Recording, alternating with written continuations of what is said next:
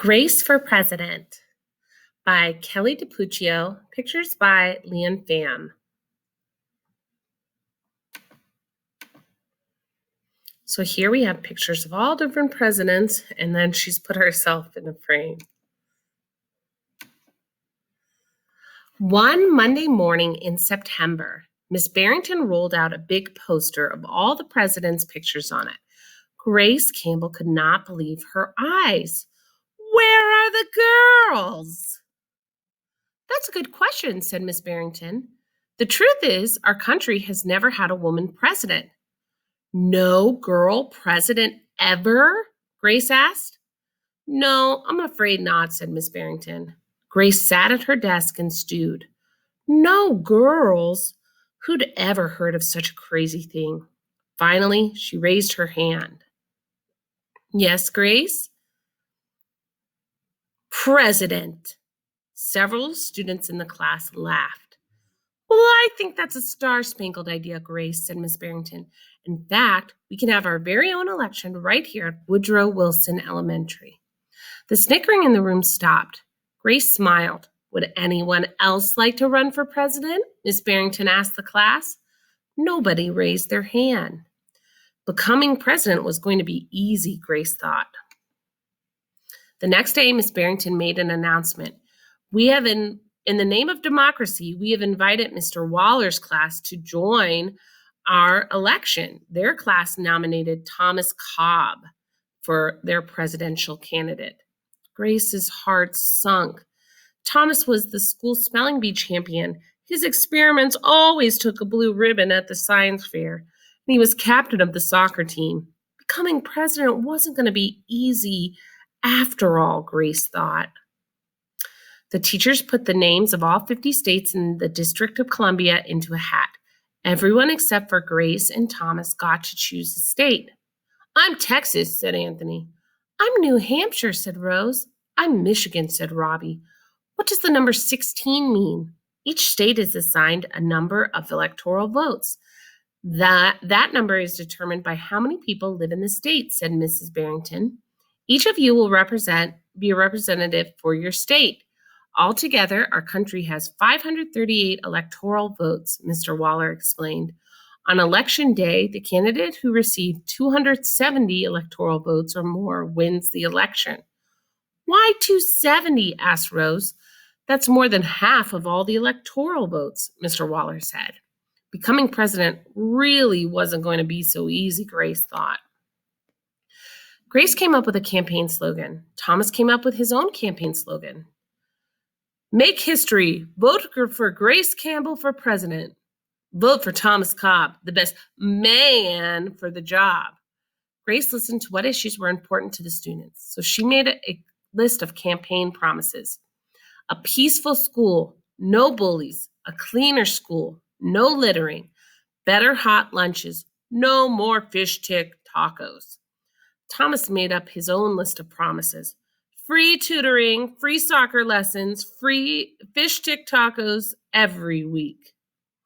Grace made campaign posters, buttons. Thomas made campaign posters and buttons too. Each week, the teachers set aside time for the candidates to meet with their constituents.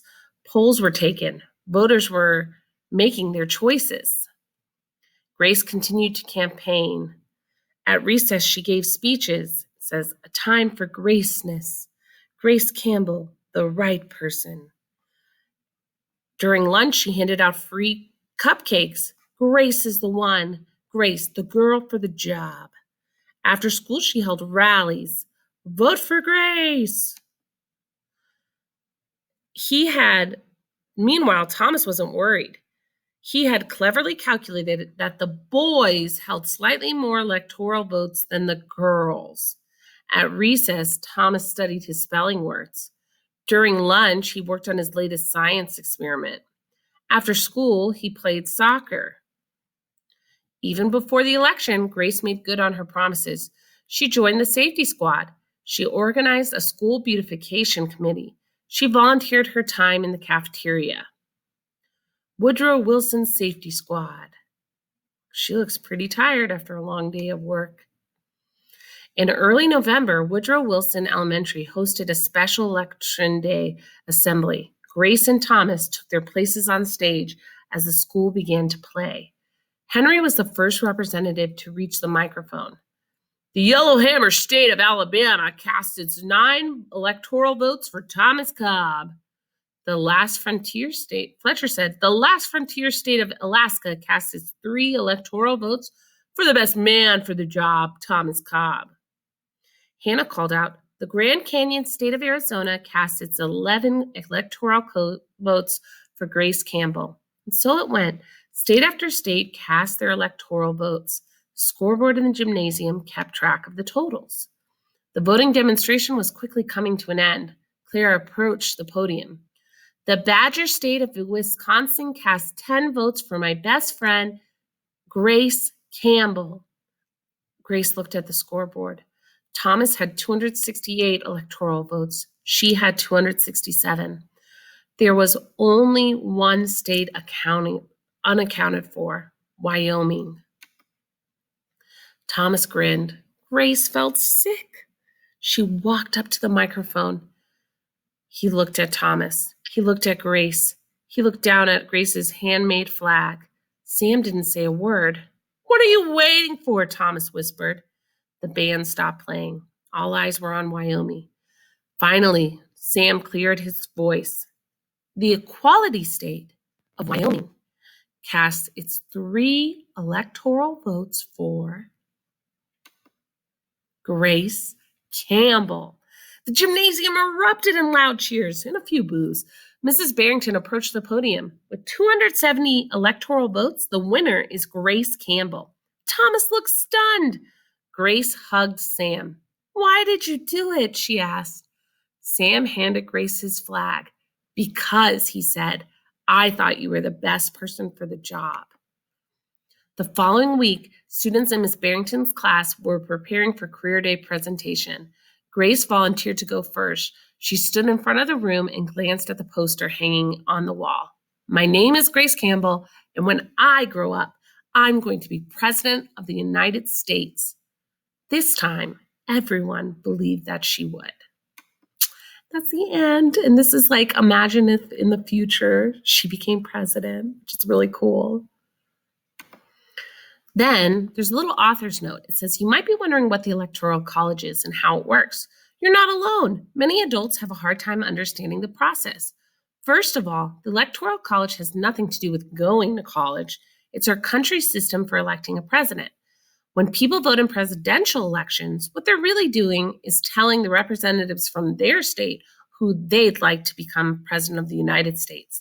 These elected representatives, known as the electors, then cast their electoral votes for the candidate who received the most popular votes in his or her state. Currently, there are 538 electors in the United States. Each state is assigned a number of electoral votes equal to the number of senators and representatives it has. Every state has 2 senators, but the number of representatives of each state depends on the population. So how many people a state has. The more people it has, the more electoral votes it has. California, for example, has a large population. It has 2 senators, just like any other state, but it has 53 members of the House of Representatives. Unlike other states, simply put, 2 senators plus 53 representatives means 55 electoral votes for the state of California. So states with smaller amounts of people living in them will have less electoral votes. In an election, the presidential candidate to win with the majority of electoral votes, 270, is the winner. Why does the country use such a complicated system?